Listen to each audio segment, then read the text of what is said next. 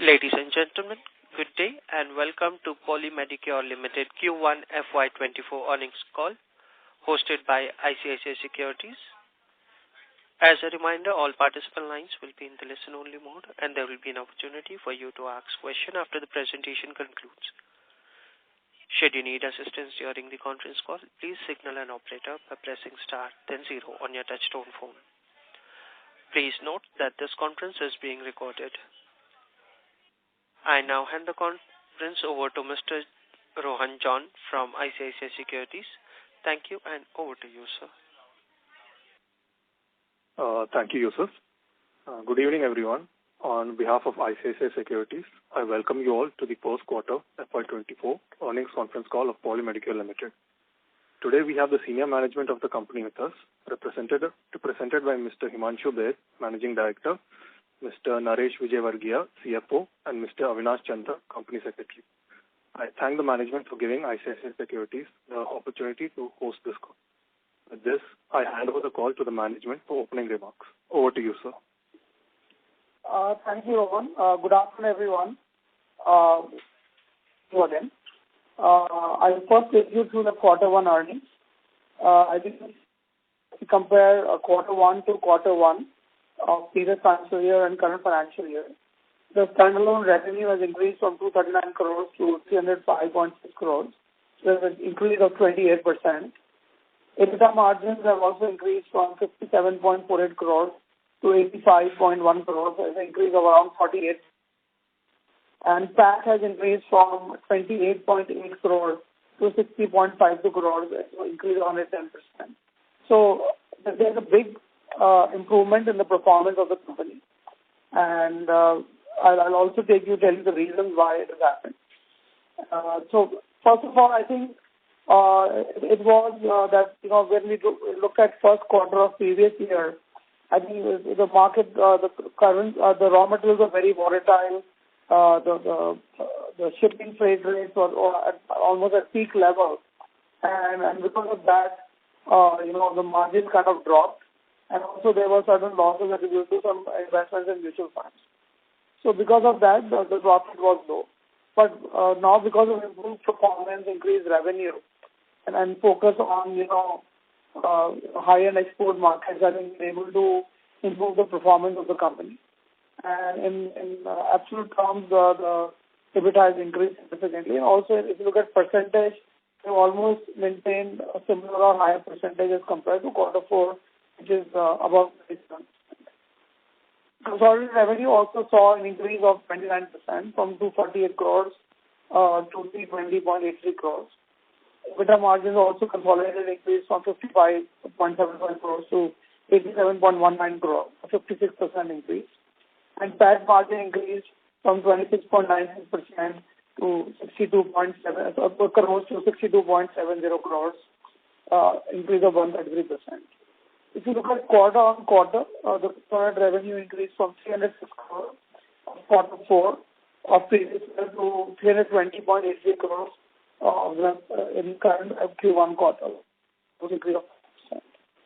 So for us, it was very important that we maintain same momentum in spite of headwinds, in markets which we already had. Somehow, most of the global economy is going through a very tough phase. But I think we have been very resilient and focused on our business.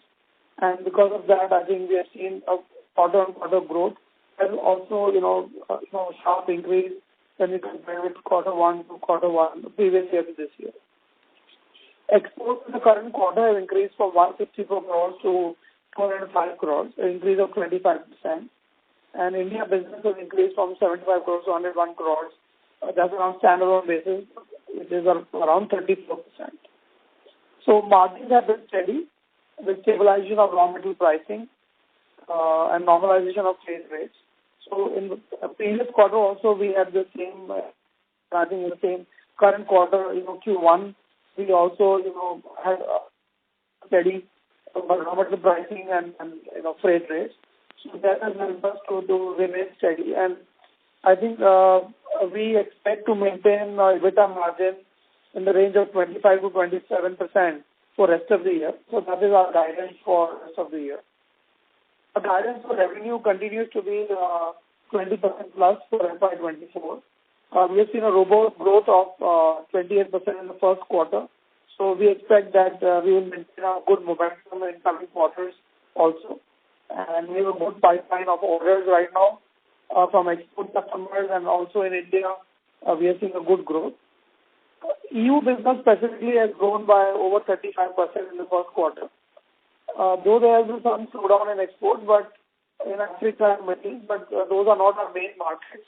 EU being one of the core markets, because 1/3 of the revenue of the company comes from EU, and that core market has shown a 35% growth.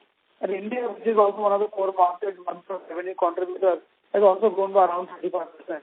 So most of the most important markets have grown by around 35%, which is a very good, healthy sign for the company. Our 4 new plants will go live within this year. First plant in Hyderabad started operations in Q1. Second plant in Hyderabad, which is 100% EOU, will start operations in Q2. Third plant in Hyderabad, which is in IMT Hyderabad, will start operations in Q4. And fourth plant in SEZ Jaipur will start operations in Q3. So all the 4 plants will go live within the current financial year. This will add new capacity and will give us bandwidth to expand faster with ready infrastructure in place.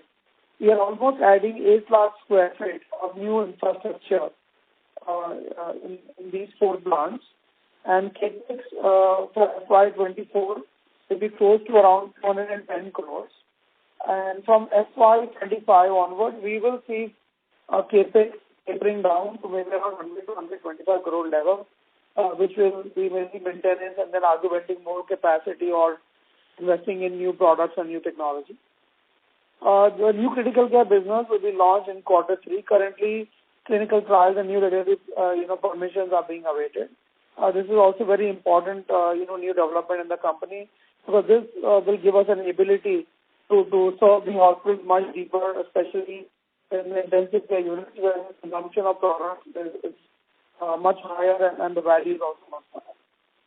Import substitution is our key focus in this critical care space. Domestic business, as I said, continues to show good momentum with a 34-35% growth in Q1. Our presence across segments like hospitals, Tier 2 and 3 increase. We are seeing the healthcare sector has been growing steadily in last 1 year. And I think we are getting advantage of that. So it's been growing around 10 to 12% or even maybe a little higher. But we have shown a growth of around 34-35%. So we are taking more market share from multinational companies now. And we hope to maintain a similar momentum during the year. The dialysis renal segment has grown by around 22% in Q1. And we expect to end the year approximately 25 to 30% growth rate. The manufactured dialysis machine is already launched. It's shown good acceptance with users. We still have some headwinds in the segment because of cheap imports coming from China and something of low-quality products in our country. Low import duty structure is also hampering our targeted growth. Current IGST on finished products is just 5%, whereas all raw materials we pay 18% GST, which results in inverted duty structure and additional costs. We do not expect any PLI benefit coming to us in the current financial year 24 as for dialysis renal segment, and those are not as per high target set in PLI, almost 60 to 70% year-on-year growth. So the number currently which you see are without any PLI benefits, and we don't see any PLI benefits for the whole year because we have been requesting the government to reduce the target under PLI because it's kind of unattainable, 60 to 70% year-on-year growth. And to my knowledge, of 20 companies who got PLI on medical devices, only 3 or 4 companies have met the target for the first year. So the scheme is still not very workable. We have suggested for many changes in the scheme to suit domestic manufacturing. So currently this is the status, and we will wait for government maybe to look into our suggestions and then see what happens next. But we expect that we will have some headwinds in the sector, but still we will grow between 25 and 30%. it is still a decent growth. US market, we received the US FDA approval for 2 products 2 weeks ago. We already announced. We expect to start sales on these 2 products in the next 2-3 months. Already received our first orders from the customers. We plan to apply for more products for US FDA approval in coming months. And we are seeing more momentum, our way. And we are more confident now to get more products under FDA approval. For US business, we are maintaining a guidance of $15 to $20 million revenue from in next 3 to 4 years. Sorry to interrupt, sir, but your voice is a little breaking. Okay, I'll be closer to the mic. Yes. We maintain a guidance of $15 to $20 million revenue from US in next 3 to 4 years. Our step-down subsidiaries in Italy, our joint venture in Egypt, our plant in China, all are profit-making and performing well. And we see good growth opportunities in Egypt going forward. Our Italian subsidiary has almost doubled the revenue, in the first quarter itself. So they are all doing very well. They are, the momentum is very good. And we are adding more customers in the markets to the subsidiary. Egypt JV it also, has a better profitability compared to last year. You see, last year, we in quarter one with a loss of around 1.8 crores across the subsidiaries. But this quarter, we have almost made a profit of 2.25 or 2.3 crores. So there's been a good turnaround in all the subsidiaries. In R&D side, the company continues to develop new products and will launch 10 to 12 new products in the critical care segment and vascular segment this year. We also have robust pipeline of new products for the next 2 to 3 years. The company currently owns 370 plus patents and 70 plus applications pending for approvals in various geographies. We continue to invest in new product development at a rapid pace. Because for us, I think the company, the major thrust has been launching more products every year, and that has kept up the momentum. So we'll continue to invest in new product areas, continue to invest in new R&D and new design. So this is really helping us to improve our margins, also address, more customers, within the same segment. And also, once we are in the hospital, it becomes easier to introduce, once we have products already in, it's easier to introduce products in the same channel and the same pipeline. China Plus One has been a key focus of many countries, and company hopes to benefit, by adding new customers from EU and USA in next few years.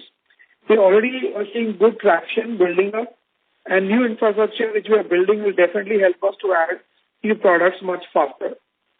We also welcome you all to visit our facilities in Hyderabad, and request can be sent to the company secretary set up schedules. We are also focusing on new technologies, and for that, to explore inorganic opportunities in the sector, in the medtech sector. And we feel that, technology is one key area in medical field that will keep on, progressing at a very rapid pace. And to keep up with the rapid pace, I think we have to bridge this gap. Because currently, if we develop a new product right from beginning to the end, it takes around 4 to 5 years from development from scratch to put the product in the market, because there's a few years of development cycle in clinical trials, and there's a few years of regulatory approvals. So we are thinking to shorten this cycle, to look into, companies which have technology, which have products, and then maybe, look at inorganic opportunities, to grow faster in new technology areas. And as when we see something, we'll definitely let our, investors and stakeholders know about it. These are some of the highlights of quarter one. If there are any questions, I'm happy to take them. Thank you again for your time and patiently listening to me. Thank you again very much. Thank you very much. We will now begin the question and answer session. Anyone who wishes to ask a question may press star and 1 on their touchtone phone. If you wish to remove yourself from the question queue, you may press star and 2. Participants are requested to use handset while asking a question. Ladies and gentlemen, we'll wait for a moment while the question queue assembles.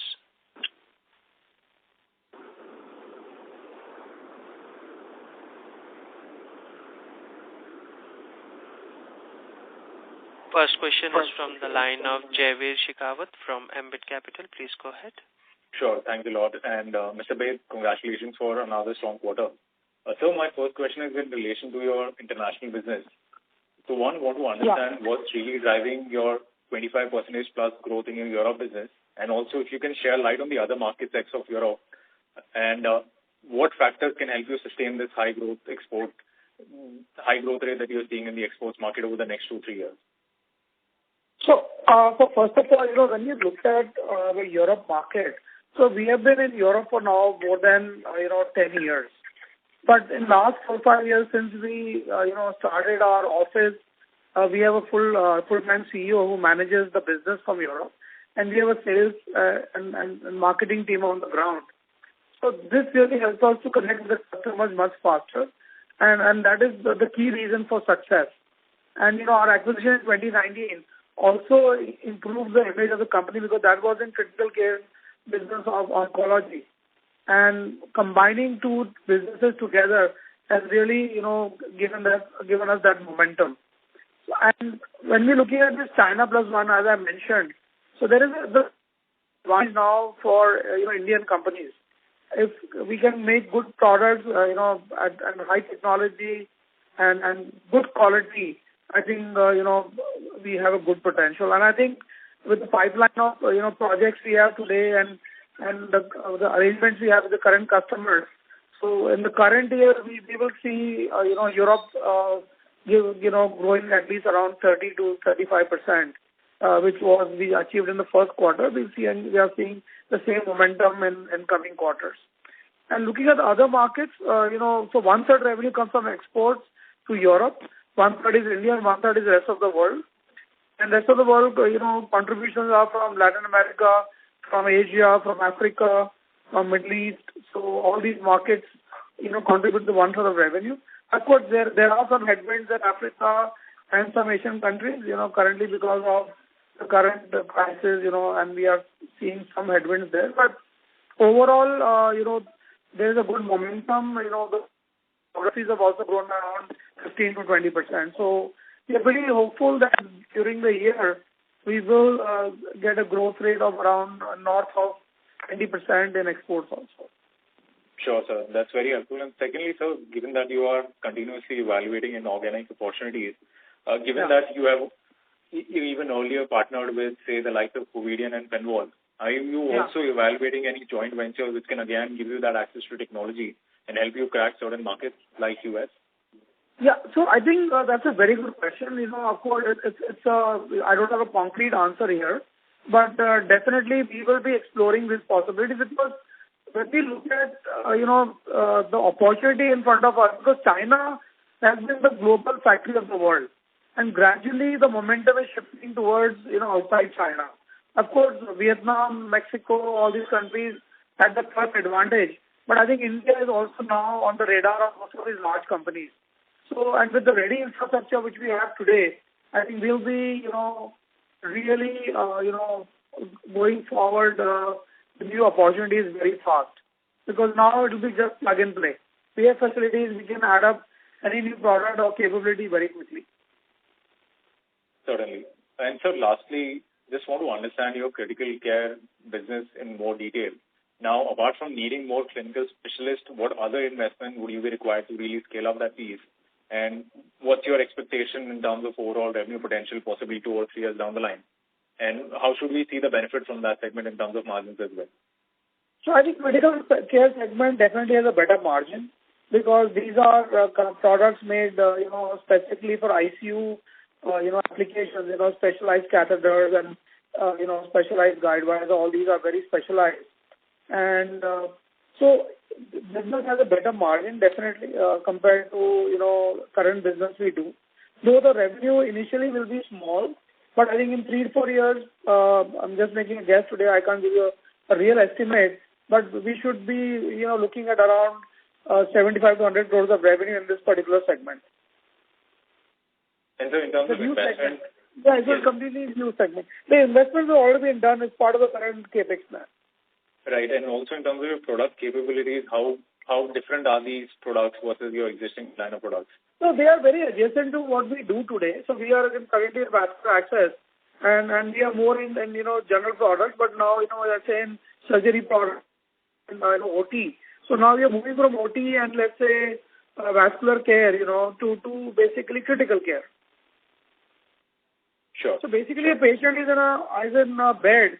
So either he goes to OT, or from OT you go to either to ICU or to a normal room. So we were currently serving OT and a normal room for a patient. Now we are moving to ICU basically. Also, we are covering that area which we are missing in the hospital. Sure. Thanks a lot, Mr. Baid, and all the best. Thank you. Thank you. Next question is from the line of Rashmi S. from Dolat Capital. Please go ahead. Yeah, thanks for the opportunity. Just a follow-up from earlier participants. So when you said critical care segment, this is again a part of our infusion therapy segment only, which you are expecting that 75 to 100 crores come from this particular segment only. Sorry, sir, I can't hear your voice. I was not able to hear you clearly. Can you repeat the question again, please? Yeah, so I was saying, sir, that the critical care segment which you mentioned, yes. Is this a part of our infusion therapy and vascular access segment only? Yeah, it is part of vascular access. Yeah, it is part of vascular access. Yes, it is. Okay, so 75 to 100 revenue you are expecting in this will be new products. Yeah, it will be new products, new customers. New products, and it is more related to the critical care from OT or moving to that. Basically intensive care units. Basically. Okay. And sir, also you mentioned that export growth will be somewhere between 20 to 25%, which will be mainly driven by the Europe. What about the domestic market? You mentioned in your initial comments that we are growing in renal cell segment, but it is very low, and we are also going to miss the PLI income this year. So if you can elaborate a bit on this, why we are going to miss it, why we are not going to... I explained in detail in my opening comment, but I'll repeat again. So we have grown in domestic business in first quarter by 35%. Correct. So that also includes the renal business. That is part of the domestic business. And because, in the past, because we had a PLI on renal, and that's the reason we mentioned separate growth for this segment. So in domestic, renal is one of the parts of the business, and in this part, we're growing around 20-22%. So but still overall growth in domestic business is say 35% in quarter one. And today, we are not going, basing our business on PLI or any incentive for, growing the business. So we are growing the business on its own merit. And that is more important for us. And the current P&L is based on the current, what we are doing today. So if we get PLI, whenever we get, it will be an addition to the bottom line. Understood, sir. So, sir, any specific guidance you want to give on domestic business, and how much was your renal contribution to the overall domestic business? Renal contribution in domestic business is close to around 20%, roughly. Okay. And domestic business should grow again. Also, the guidance for the whole year is 20%. So domestic business should grow faster. Maybe the guidance is maybe between 25 and 30% overall. Okay, sir, got it. And lastly, on infusion therapies, is it a still bigger pie when it comes to the export market and domestic market, and how much is the contribution in export business as well? Overall contribution is 70% of infusion business in the overall business. Overall contribution, and sir, in the export business, it is still in the range of 85 to 90%, right? It will be slightly higher, but that's our core business. So export, and we have a lot of expertise in that area.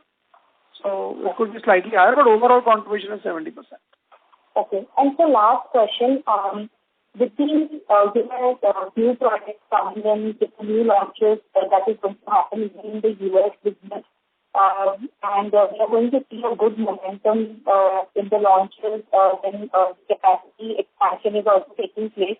So, do you think that, EBITDA margin, from FY25, every year we could see there is a scope of, margin expansion, is this something which is possible? Ma'am, see, we have not given any guidance for FY25, but of course, whatever we are trying to do should help us in getting better margins, because we are addressing new segments, new markets. But initially, there will be a cost to launch these products and to stabilize these markets. So we will see an impact, but I think our guidance is very firm, and I think we will maintain a similar momentum going forward. Okay, sir. Thank you so much. Thank you. Thank you. Next question is from the line of Harsh Mulchandani from Crest PMS. Please go ahead. Congratulations on great set of numbers. We wanted to get one clarification on the revenue potential from the US business, 15 to 20 million USD. In next 2 to 3 years, is it the cumulative, or at the end of third year we would have a 20 million run rate which you would be able to maintain? Yeah, so the run rate would be in 3 to 4 years, the run rate would be around 15 to 20 million, not cumulative. Okay, perfect. And just wanted to understand how fast do we see these capacities which will go live this year? Like you mentioned that it would be a plug-and play for whatever clients we're trying to tap. But would we see significant chunk of capacities getting utilized in FY25, or the ramp up would take few years depending on your... always will take few years, because every product you need a separate approval. In medtech industry, every product needs a separate approval. So even if you have a plant which is ready, but if you want to bring a new product to market or new launch, you still have to go through the clinical trial cycle and also go through the whole regulatory process for India and for each country globally where you want to export the product. But the time to build an infrastructure which is now zero today for us, because the infrastructure is ready. Otherwise, earlier, if we were taking even additional 1.5, 2 years to build the infrastructure before we could even think about these things. So that's how it is. Got it. Makes sense. And just last question, on the renal segment, so I think the dialyzer, etc., which are the consumables, there, we can see a stable revenue coming in subsequently, and what I could understand is the sale of the machine is slower than what we had anticipated earlier. Is this understanding correct, or? No, so this year we have already given a guidance that we'll be selling over 200 machines. So this is still on track. We are already 4 months in this year, and this is still on track. And yes, consumables, because machine is a one-time sale, which is, then would do, 3 to 4 treatments per day per machine. But consumables, of course, they are used, more often. So the percentage of consumable versus machine will be 90-10, 90% consumable and 10% machine. Okay. Thank you so much. Thank you. Thank you. Before we move to the next question, a reminder to the participant, anyone who wishes to ask a question may press star and 1. Next question is from the line of Girish Jain from KJMC Capital. Please go ahead. Yeah, thank you for the opportunity, and congratulations on a great set of numbers. My question was relating to the CAPEX and the operationalization of the new plants. There was some disturbance in your opening remarks, so I couldn't really follow. If you could just elaborate on the schedule of the plants which are getting started. And please go ahead. Yeah, sure. So, Girish, thank you. And so what I mentioned was that we have 4 new plants which are going live this year. And the first plant is started in Faridabad, started operations in Q1. Second plant, which is the extension of EOU, a new plant, will start operations in Q2. Third plant in Faridabad, which is an IMT Faridabad, will start operations in Q4. And the fourth plant in SEZ Jaipur will start operations in Q3. So all the 4 plants will go live in this current financial year. And the CAPEX plan for FY24 will be close to 210 crores. But from FY25, we'll see it tapering down because most of the infrastructure capex and, initial machinery, everything, is already set up in these plants. And then it will be more like a, maintenance capex or a new technology capex where we'll be adding new products or new technologies. So that is where we'll be spending money going forward. And yes, it will take around 2 to 3 years to fully operationalize, running at, maximum capacity all these plants. So, and if I recollect correctly from your previous conversation calls, the Faridabad plant, the new one which has already started, that is for diagnostic. Am I right? Yeah, that is correct. Hello? Yeah, absolutely correct, Giriji. Absolutely correct. And the EOU, which is expected in Q2, that would be for? So EOU again is for, is extension for US business and also some new products we are doing for export markets. SEZ is mainly for European business and IMT will be for domestic. Okay, so would it be fair to assume that in the next 3 years, let's say assuming an asset turn of 1.5 times, the capacity would more or less double? It should, absolutely. Absolutely. That would be FY27? Yeah, by FY27, we should be able to double our capacity. Absolutely. Okay, sir. And any guidance or on the cash balance and the debt situation of the company? So, currently we have a debt of 125 crores, which is working cap into around 100 crores is working capital and around 25 crores is long-term debt, which is ECBs, we had taken a few years ago. The cash position is close to around 295 crores. So net cash in the company will be around 170 crores. Okay, and obviously we are adding cash every year now. I hope so, sir, but we are also spending. Okay, and last question on the US business. Are we also planning to file some more approvals? Yeah, exactly. That's what I informed. So we've got 2 approvals. Now we are applying for more products. So maybe within the next 12 to 18 months, we should have around 5 to 7 products more with approvals, and that is what our plan is.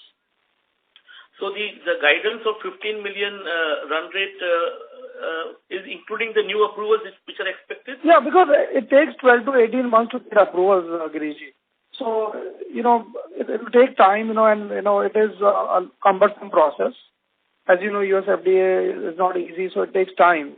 So in 3 to 4 years, some products will go live now, some will go next year, some will go the following year. So once, we move into the 3rd or 4th year, we'll see revenue touching $15 to $20 million. Okay, that's all from me, and all the best. Thank you. Thanks a lot, Giriji. Thank you. Ladies and gentlemen, to ask a question, you may press star and 1. Next question is from the line of Sumit Gupta from Motilal Oswal. Please go ahead. Hello. Good afternoon, sir. Afternoon. Am I audible? Yeah, you are audible, Sumit. Okay. So apologies I joined the call a bit late. So just wanted to know the guidance regarding the revenue as well as the EBITDA for the next within the next 12 to 15 months. Sorry, Sumit, the line is not very clear. So could you repeat the question, please? So basically, I would like to know the guidance regarding the revenue growth. So you guide around 20% plus growth for the next 1 or 2 years. And regarding the margin, so this quarter was really good. So how do you expect it to go going forward in FY24 and 25? So Sumit, we've only given guidance for FY24 right now, which is a firm guidance. And FY25, we have not given any guidance to investors. And maybe in next 3 months or so, we will be able to have more clarity how things are. But for FY24, we have very firm guidance that we should go over, to 20% plus. And also the margins will stay in the range of 5 to 27% with our margins. Okay. So this quarter, revenue growth was really decent, 28.9%. So going forward, you expect it to decline going forward because I'm not saying it's going to decline or it's not going to increase, but we are saying that is the guidance. Okay, sir. Thank you. Thank you. Thank you. Next question is from the line of Gagan Tareja from ASK Investment Managers. Please go ahead. Yeah, good evening. I hope I'm audible. Gagan, a little louder, please, if you don't mind. Okay. Is this better? Can you hear me now? Yeah, slightly better, Gagan, yes. Sir, the audio was a little, weak and blurred. Yeah, I was taking the call from my cell phone because, that is the reason. So I'm not in my office today. Yeah. Yeah. No, so regarding the sales split that you gave for Q1, if you could, possibly repeat it again, growth in domestic sales for the renal and the balance segment and Europe growth and ROW growth, if you could just kindly repeat once. Yeah, sure. Absolutely. So exports overall has grown by around 25%. When you look at, because 2/3 of our revenue comes from export and 1/3 is from India. So India has grown by around 34%. And that's the reason you see an overall growth of around 29% blended growth. And when we look at Europe has grown over by 35% in the first quarter. And the rest of the world probably has grown by around 15% or so. So 1/3 revenue of the company is from Europe, 1/3 is India, and 1/3 is the rest of the world. And India growth has been around 34% in the first quarter.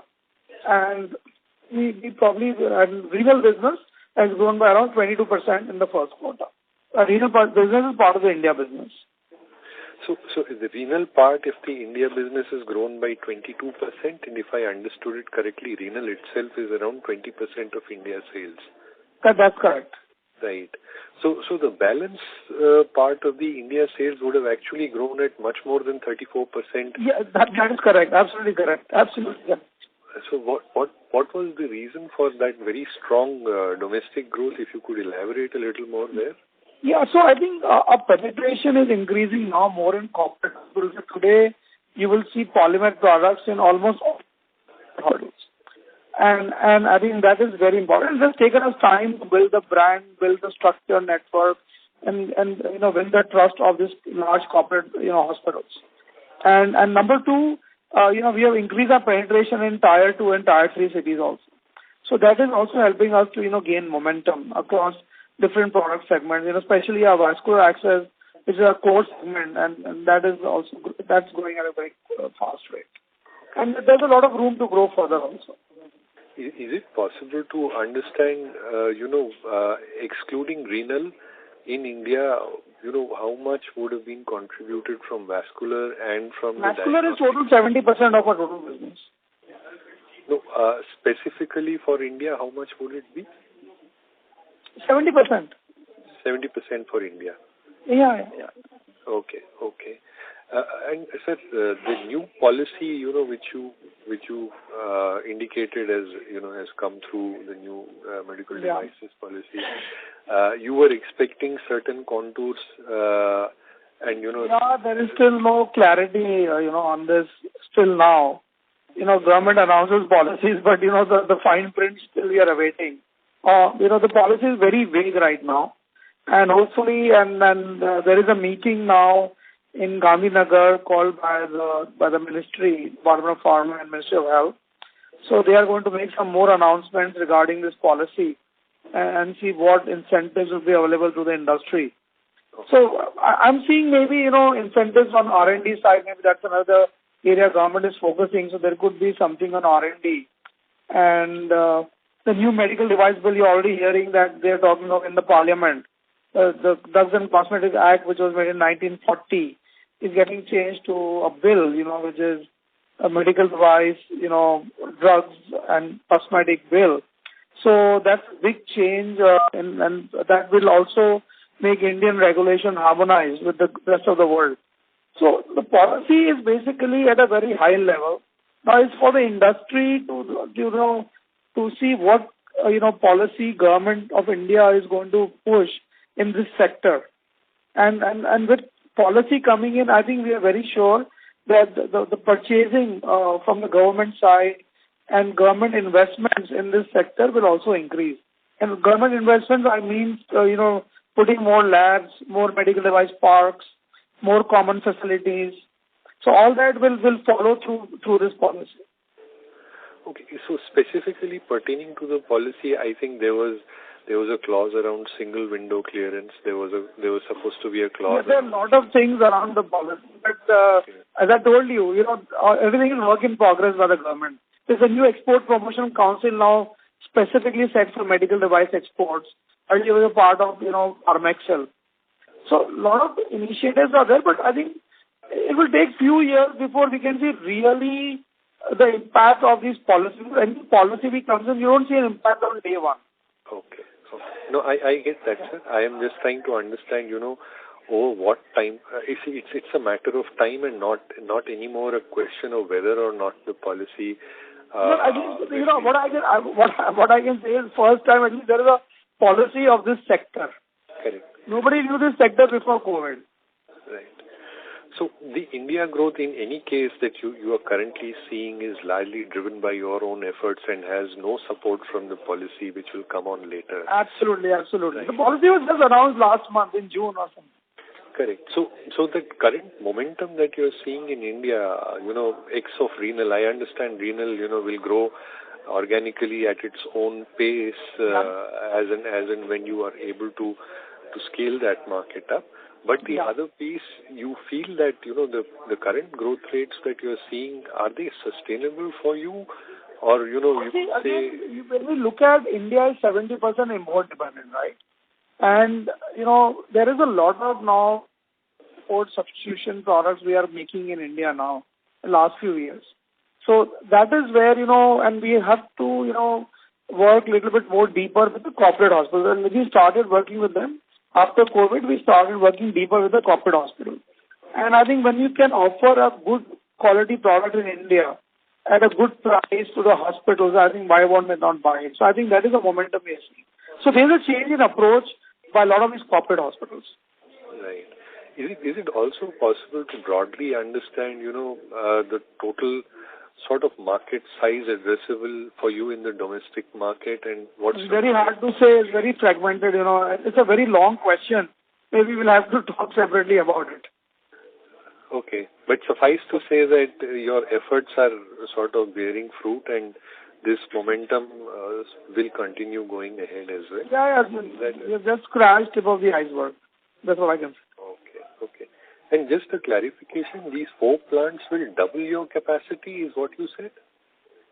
Yeah, so yes, so the infrastructure will almost double our capability and capacity, not of current products. We are adding a lot of new product lines, and that is where we will see it's not doubling existing capacity of existing products. It is new products, and also a lot of new products are being, going to be made in these new plants. Can you maybe give us a little more sort of elaborate flavor of what's in the pipeline in terms of new products and I can't disclose this on a call, sir. Sorry, I can't do that. A lot of information is confidential. No worries, sir. Yeah. And this capacity additional, you said partially will be used for the existing products and partially for... Yes, partially for existing products and partially for a lot of new products which we are going to launch in next, now till next 3 years. How much of this will be for existing products? Is it possible to give us some idea of that? So we can say for existing products will be around 40% and 60% for new products. Okay. And this would include renal as well, 60%? Yes, of course. Okay. Right, sir. And in dialysis, you indicated, renal has been a little underwhelming for you compared to your initial anticipation. Yes. Could you sort of also help us understand, because you were saying you're well on target to achieve your 200 machine... so machines are only 10% where it's been slower. Yeah, machine is only 10% of the total business compared to the whole renal business. So if you sell 200 machines, without them, each machine is 5 crores or 5 lakhs or 5.5 lakhs. So it is 11 crores revenue. So nothing is compared to the consumables.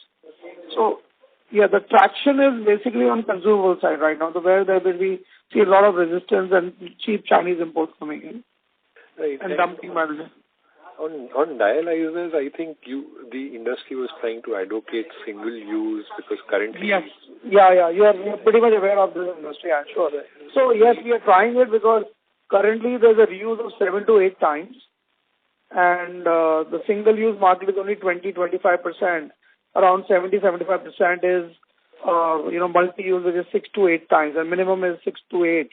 So that's the reason the industry is not growing at that pace, what we have anticipated. So we are also to get a better outcome for every dialysis patient. The product has to be single because it's designed for single use. Because dialysis is seen as a charitable business. Most of the dialysis centers, in Mumbai, Maharashtra, or any part of the country, you will see are running by charitable trusts. So they want to do it cheap and, maybe almost free for patients. And there is where we compromise quality of the care by reusing the product. But what's the global practice? Is it largely... Single use. Most of the world is single use. Right. Because I think NephroPlus was indicating, that they have enough evidence to show that, 6 times use is very, very safely possible. They are bidding for, contracts which are very low priced in states. So they will have to make that statement because they are using the product. So somebody will justify that I am using these products. Yeah. Sure. Thanks. But globally the practice is, and that's the reason in India dialysis patients don't survive. Average survival is not more than 3 to 5 years. Whereas globally the survival rate is between 10 to 15 years. Right. Thanks, sir. I'll get back. Clotting of the fibers there is the efficiency of filtration reduces. So all these things happen. Right. Sure. And thank you. Yeah, thank you, sir. Thank you. A reminder to the participant, anyone who wishes to ask a question may press star and 1.